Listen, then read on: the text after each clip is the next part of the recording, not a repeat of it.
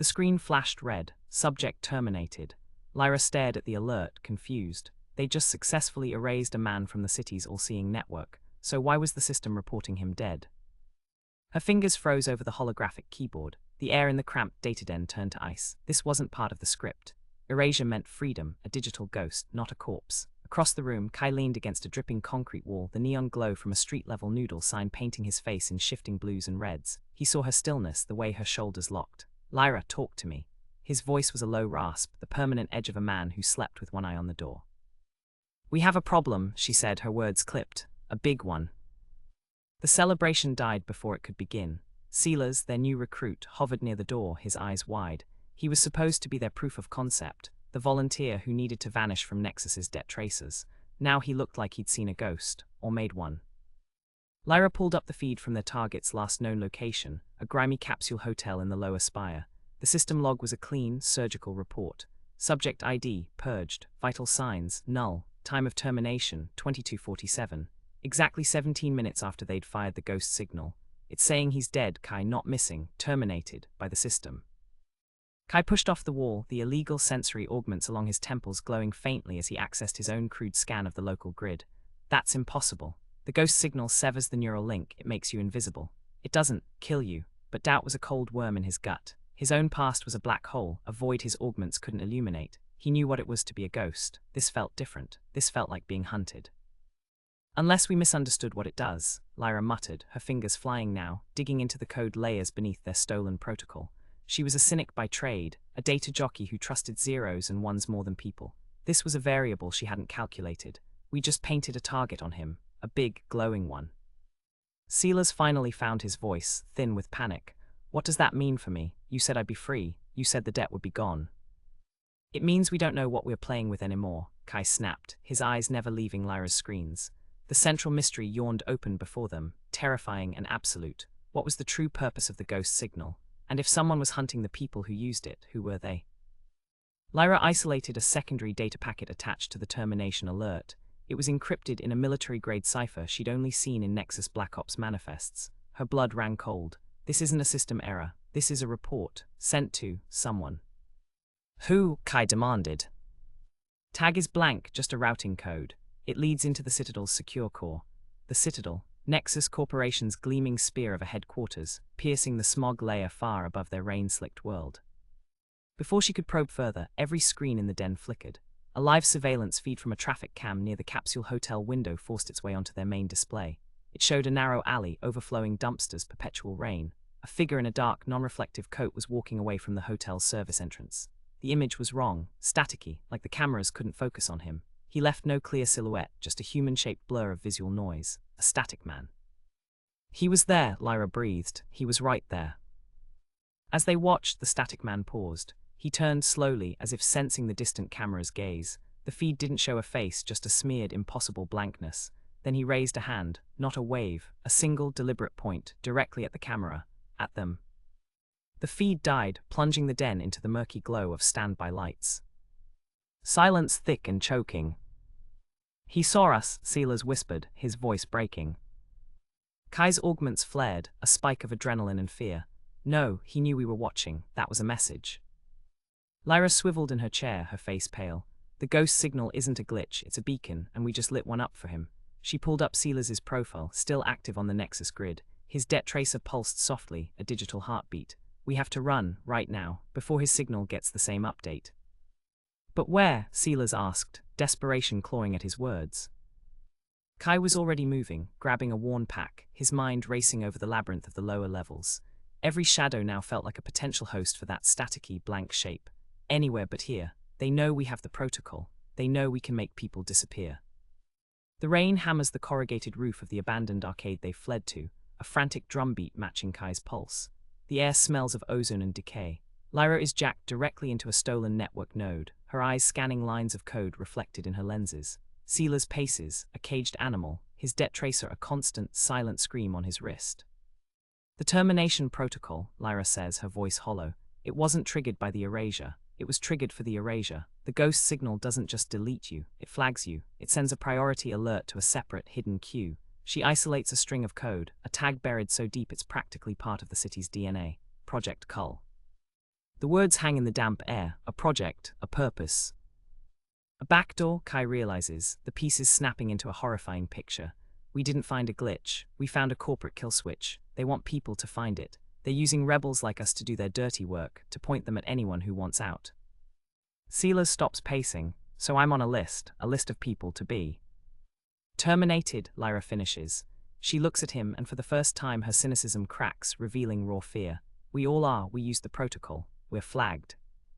Kai's augments throb with a sudden, invasive signal, a proximity alert he didn't set. His illegal gear is picking up a scanner sweep, a frequency used by Nexus security, but it's wrong, muffled, incomplete, like the source is hidden behind a wall of static. We have to move, now.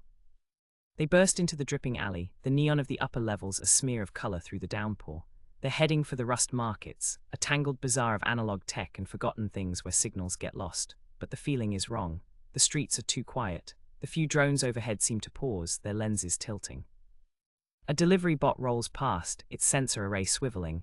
It doesn't beep or announce, it just stops, and watches them. It's learning our pattern, Lyra whispers, pulling her hood lower. The static man, he's not just a person, he's a key. He has access to the same signal we used, but to hide himself. He's using it to hunt. They duck into a crowded noodle stall, the steam offering momentary cover. Kai watches the street. A figure in a dark coat stands under flickering sign 2 blocks down. The rain seems to slide off him in odd patterns. The visual noise is there, a slight shimmer. He's not looking at them. He's looking at his hand at a device. He's triangulating. He's close, Kai breathes. Silas is shaking. He looks from Kai to Lyra, his face a mask of guilt and terror. There's something I have to tell you. This isn't the time for confessions. Save it, Kai growls. No, you need to know why I really came to you. Silas's words tumble out in a desperate rush. I wasn't just running from debt. I was sent by a cell. They call themselves the Unseen. They knew about Project Cull. They've known for months. Lyra goes rigid. What? They couldn't find the static men. The cleaners are ghosts, even to other ghosts, so they needed bait, someone to activate the signal to draw them out into the open. Silas meets Kai's furious gaze, tears mixing with the rain on his face. They chose you because you're the best ghostwalker in the spire, and they gave you me. The betrayal is a physical blow. Kai sees it all, the convenient volunteer, the perfect test subject. They weren't freeing him. They were using him as a flare in the dark to illuminate the hunters. You led them right to us, Lyra says, her voice deadly quiet. Before Silas can answer, every light in the stall and the surrounding block dies. A localized blackout. The crowd murmurs in confusion. In the sudden near-total darkness, Kai's augmented vision switches to thermal. He sees the heat signatures of panicked people. And he sees one cold, blue shape moving against the flow, smooth and purposeful, entering the stall from the rear entrance. The static man is here. Back door, Kai shoves Lyra toward the kitchen. Silas stumbles after them, through a greasy kitchen where a cook yells in surprise, and out into another alley. This one is a dead end, towering, windowless walls on 3 sides. The only way out is the way they came in, and the thermal shape of the hunter is already filling it. They're trapped. The static man steps into the faint light from a distant sign. He's just a silhouette, a human-shaped hole in the world. He doesn't speak. He raises his hand, not a weapon. The static man's raised hand doesn't hold a weapon. It holds a small, black device. A neural scanner, its single red eye pulsing softly in the gloom. He's not here to kill them. Not yet. He's here to confirm their identities, to log the targets of Project Cull before termination. Kai's body moves before his mind can catch up. Years of living in the shadows scream one command: disrupt the pattern. He doesn't charge the hunter. He kicks over a massive, greasy waste barrel next to the kitchen door. It topples with a deafening clang, spilling a river of foul-smelling slop and discarded noodles across the alley floor directly between them and the static man. The hunter's smooth advance falters for a half-second, his boots avoiding the mess. It's all the distraction Lyra needs. She yanks a portable signal jammer from her pack, a crude device built from scavenged parts, and slams it against the wet wall. It winds to life, emitting a screech of electromagnetic noise. The static man shudders. For a single, glorious moment, his visual distortion flickers. They see a glimpse of a severe face, sharp features under a close-cropped helmet of hair, before the static swallows him again. But the jammer is overloading, its components smoking. It buys them seconds, not freedom. The wall, Silas shouts, pointing to a rusted fire escape ladder 10 feet above them. It's broken, hanging by a single bolt. Kai boosts Lyra up first. She scrambles, her fingers slipping on the wet rungs, but she grabs the broken section and hauls herself onto the shaky platform. Silas goes next, Kai shoving him upward. The static man recovers, stepping through the jammer's dying field. He raises the scanner again. Kai jumps, catches the lowest rung. The entire ladder groans, the last bolt screaming in protest. He pulls himself up as the hunter reaches the base. The static man doesn't climb. He simply watches, a silent, faceless sentinel. Then he turns and walks calmly back into the noodle stall, melting into the darkness. He's letting us go, Lyra pants, crouched on the grating. No, Kai says, cold dread pooling in his stomach. He activates his augments, pushing their range to the limit. He feels it, a low, subsonic pulse being emitted from the alley below, a digital tag clinging to them like a scent. He's tracking us, we're tagged, he's herding us. They climb, moving across a network of precarious bridges and ledges that connect the lower-level rooftops. The rain has softened to a mist, making the neon signs bleed into a hazy glow. They find temporary shelter in the skeletal remains of an old weather drone, its shell cracked open like an egg. Lyra immediately goes to work on her wrist terminal, trying to scrub the tag. It's embedded in the local grid data. He's not following us physically. He's following the city's perception of us. Every camera, every smart lens, every traffic sensor is subtly nudging to keep us in frame and reporting our vector back to him. Silas huddles in the corner, shivering. I'm sorry. The unseen, they said it was the only way to expose the project, to save more people. You used us as live bait, Kai says, his voice dangerously quiet. You knew they'd come. You knew our names would be on that list. They promised extraction, Silas pleads. A safe route out of the city once the static man was identified. They have a contact inside the Citadel's data hub, someone who can broadcast the proof of Project Cull to the entire pirate net. Lyra stops typing. She looks at Silas, then at Kai. A dangerous, desperate idea forms. Then we give them their identification, and we use their extraction plan for ourselves. What? Kai says. He's tracking the tag. We can't remove it, not out here. But the data hub, it's a fortress, but it's also the heart of the system. If we go there to their supposed contact, we're walking into the lion's den. But it's the one place the signal might be strong enough to overwrite the tag, or maybe even trap the hunter inside his own network. Her eyes are fierce. We turn their bait into a Trojan horse. It's a suicidal plan. It's also the only one they have. Kai nods slowly. The hunter is out there, a ghost using their own ghost signal against them. To run is to die tired. To fight is to probably die. But to expose the truth, that might be worth it. Silas relays the coordinates, a maintenance conduit that leads into the lower sublevels of the Citadel's data hub. It's a maze of server towers and coolant pipes, a digital cathedral where the city's soul is processed. The journey is a nightmare of tension. They move through service tunnels, feeling the tag like a psychic itch. The data hub is a tomb of light and silence. Endless rows of server towers hum with the city's consciousness, casting a cold blue glow. The air is frigid, smelling of ozone and sterile plastic. They move like ghosts through the canyon of machines, following Silas's coordinates to a service alcove marked with a faded, spray-painted symbol, an eye with a line through it, the unseen's mark.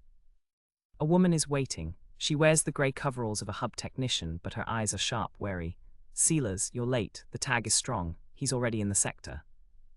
This is Mara, Silas says weakly, our contact.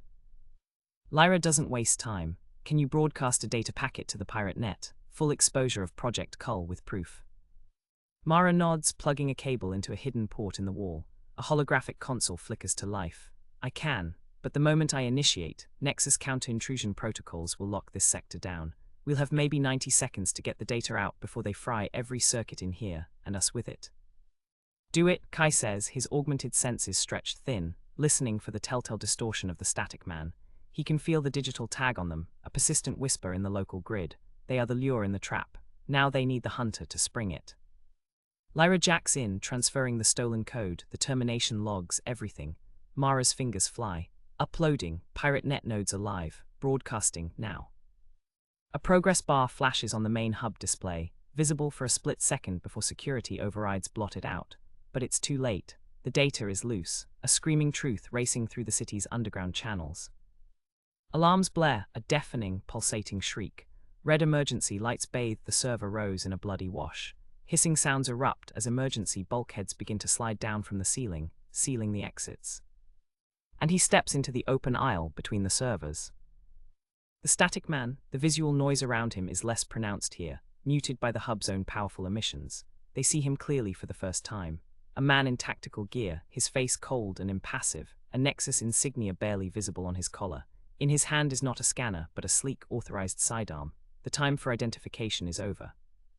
He's not a cleaner, Lyra breathes, understanding dawning. He's an auditor. Project Cull isn't about killing dissidents, it's about quality control. The ghost signal finds the people smart enough or desperate enough to find the backdoor, and he eliminates the flawed code. The static man, the auditor, raises his weapon. His voice is flat, devoid of static, just cold, processed sound. Protocol complete. Assets designated for Cull. Kai doesn't think, he acts. He grabs the heavy server cable Lyra just unplugged and hurls the live end at the auditor's weapon. It doesn't hit the man, but it strikes the floor in a spray of sparks, right at his feet. The auditor flinches, a micro-expression of annoyance. That's all the opening Lyra needs. She doesn't try to hack him. She hacks the room. She sends a frantic command to the hub's climate control, targeting their immediate sector. A piercing, high-frequency alarm used for hardware failure screams from every speaker, a sound designed to be physically painful. The auditor staggers, his hand going to his ear.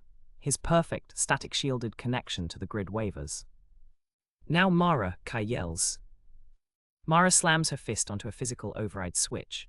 The emergency bulkhead directly above the auditor, already descending, jerks and then drops with sudden, crushing speed. The auditor looks up too late. The 3-ton slab of composite metal seals with a final, resonant boom, cutting him off from them, trapping him in his own sealed tomb. Silence, except for the distant, muffled thud of a fist against metal, once, twice. Then nothing. The alarms are still wailing, but in a different sector. Mara points to a narrow maintenance duct, its cover already removed. Go. This leads to a waste chute, then to the lower canals. You have 5 minutes before they flood this place with security.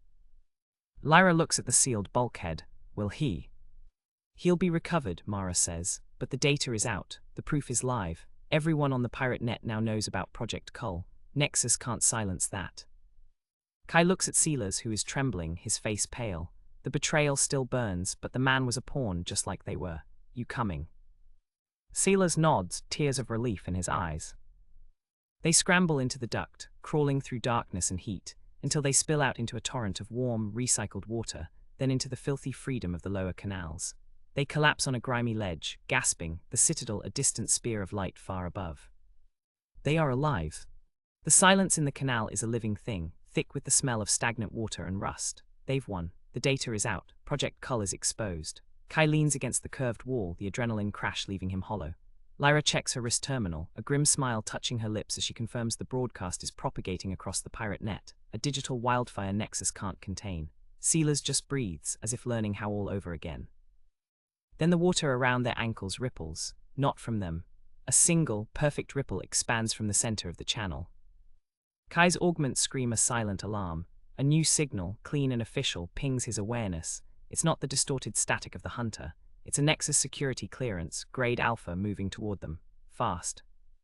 A sleek, black hydroskiff glides soundlessly around the bend, its running lights off. A single figure stands at the bow, illuminated by the glow of a data slate. He wears the impeccable grey uniform of a Nexus Citadel administrator. He is unarmed. He doesn't need not to be. Kai Lyra Silas, the man says. His voice is calm, pleasant, and it echoes in the tunnel with awful intimacy. My name is Director Vale. I oversee operational integrity for Project Cull. He looks at each of them, his gaze lingering on Kai. You have performed exceptionally. Lyra steps forward, her body a tense wire. It's over, everyone knows. Do they? Vale asks, tilting his head. They know a story, a thrilling tale of corporate killers and brave rebels. The narrative is acceptable. It creates useful chaos. It flushes out more dissenters who will now desperately seek the ghost signal, adding themselves to our list. He taps his slate. But they don't know the real purpose. Would you like to? This is the true climax. Not the fight with the auditor, but this quiet conversation in the dark. The central mystery, laid bare not by their victory, but by the man who designed the trap. The ghost signal was never a bug or a simple kill switch. Vale continues, his tone that of a lecturer. It is a filter, a crucible. The implant network doesn't just track citizens, it models them. It predicts behavior, loyalty, utility. But some variables are impossible to predict in the simulation. True ingenuity, ruthless survival instinct, the kind of chaotic, adaptive intelligence that breaks systems. He looks directly at Kai, people like you. The signal identifies those rare, flawed assets who are smart enough to find the back door and brave enough to use it. The auditors don't cull them, they retrieve them. The static field isn't to hide them from cameras. It's to hide the retrieval from the other citizens. Kai feels the world tilt. Retrieval for what? For the next evolution, Vale says, a flicker of genuine zeal in his eyes. The frontier isn't out here in the city. It's in the contested data streams between corporate states in the black zones of the collapsed net. We need operatives who can think like ghosts, who have proven they can vanish and fight in the digital dark. You passed the test, all of you. The informant was a failed candidate. He panicked. But you adapted. You turned our trap against our auditor. That is precisely the skill set we require. The logical twist is a knife to the gut. They weren't fighting for freedom. They were auditioning for a darker prison. You're lying, Lyra spits out, but her voice lacks conviction. The pieces fit with horrible perfection. Your friend Silas was recruited by one of our subsidiary cells. The unseen is a nexus construct, a myth to guide promising assets into the crucible. He believed he was serving a resistance. He was serving a higher efficiency. Vale gestures to the skiff. The offer is simple. Come willingly. Your past debts, your crimes, your digital ghosts, all erased, not hidden, purged. You will be given a new purpose, real resources, and targets worthy of your talents, or you can refuse. And the system will simply revert to its secondary function, culling flawed code. Silas is sobbing quietly, the full weight of his manipulation crushing him.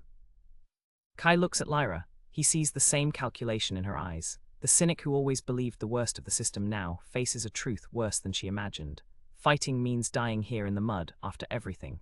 Accepting means becoming the static man. But Kai's mind is on the black hole of his own past.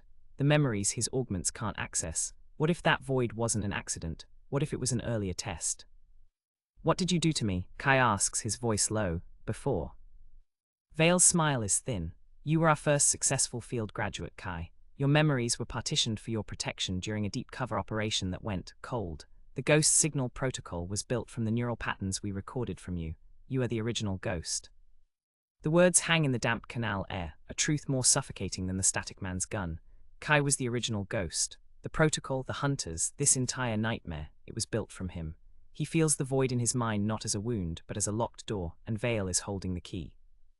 Lyra grabs his arm, her fingers digging in. Don't listen to him. It's another layer of the trap. Is it? Vale asks almost gently. He extends the data slate. On it is a file, labeled with Kai's old, pre-Ghostwalker citizen ID, a video, your final mission parameters, and your failure. Watch and remember what you chose to forget. Kai takes the slate. He presses play. The video shows a different city, a sun-bleached sprawl. He sees himself younger, hair shorter, wearing the same grey uniform Vale wears now. He's talking to a group of rebels in a dusty warehouse, convincing them to use a freedom protocol he's providing. He sees the hope in their eyes, then the video cuts to a Nexus control room. Kai is watching as the rebels activate the protocol. He gives a single, calm nod. Static men move in. The screen fills with termination reports. His face is impassive. The mission is a success. The memory crashes back, not as a feeling, but as a cold, hard fact. He was an architect of the cull. The guilt, the horror of it, was what they partitioned away. The haunted rebel was the cover story, a personality planted in the hollowed-out shell of a corporate weapon. He drops the slate, it clatters on the wet stone. I was the hunter. You were a pioneer, Vale corrects, and you can be again, with your full faculties restored, with your team. He looks at Lyra and Silas, the brilliant cynic who can find the flaw in any system, the desperate survivor who will do anything to belong. You are a perfect cell, the frontier awaits. This is the true purpose of the ghost signal. It isn't a kill switch. It's a recruitment drive, a factory that uses the hope of freedom as raw material to produce its most effective operatives. The hunters are the previous graduating class. Lyra looks at Kai, searching the face she thought she knew for the man in the video. She finds only anguish. Kai. He meets her gaze, the confusion is gone. In its place is a terrible, clear-eyed understanding. He knows what he was. He knows what Vale is offering, not just a job, but absolution. A chance to make the monster useful again, to give the void a purpose. He thinks of the informant, dead in his capsule hotel. He thinks of the fear in Silas's eyes, the relentless drive in Lyra's. They weren't variables in a simulation. They were people. He remembers the weight of the nod he gave in that control room, the weight of ending lives for a corporate frontier. He makes his decision. You're right, Kai says, his voice empty. He takes a step toward the skiff. It's time to come in from the cold. Vale's smile is one of genuine satisfaction. Lyra's face collapses in betrayal. Silas just stares, numb. Kai takes another step. Then, as he passes a rusted support beam, he moves. It's not an attack on Vale. He slams his palm against a corroded electrical conduit box mounted on the wall. His illegal augments, already spiking with stress, discharge a raw surge of power directly into the box. The old wiring fries. Every light in the canal tunnel, the dim service strips, the skiff's running lights blinks out. For 2 seconds, they are plunged into absolute perfect darkness. In that darkness, Kai doesn't speak. He acts. He shoves Lyra hard, away from the skiff, toward a submerged overflow pipe he'd noted earlier. He grabs Silas's jacket and hurls him after her. He hears the splash, the gasp. Then the skiff's emergency battery lights flicker on. Vale is still standing, unruffled, but Kai is already moving in the opposite direction, splashing down the main channel, a clear, solitary target. He's running, Vale barks into his comms. Primary asset is fleeing east in Canal Delta 7. All retrieval teams converge. Non-lethal force authorized. The others are secondary. Contain them. The skiff's engines whine to life, shooting after Kai. He doesn't look back. He runs, leading the entire security response away from the pipe where Lyra and Silas are now clinging in the fetid darkness. It's the ghost's final trick, becoming the beacon. Lyra understands instantly. The betrayal was the performance. This is the sacrifice. She pulls a shaking Silas into the narrow pipe, deeper into the city's forgotten guts. They are free, because Kai chose to remember who he was and chose to be someone else. Weeks later, the pirate net still buzzes with the story of Project Cull.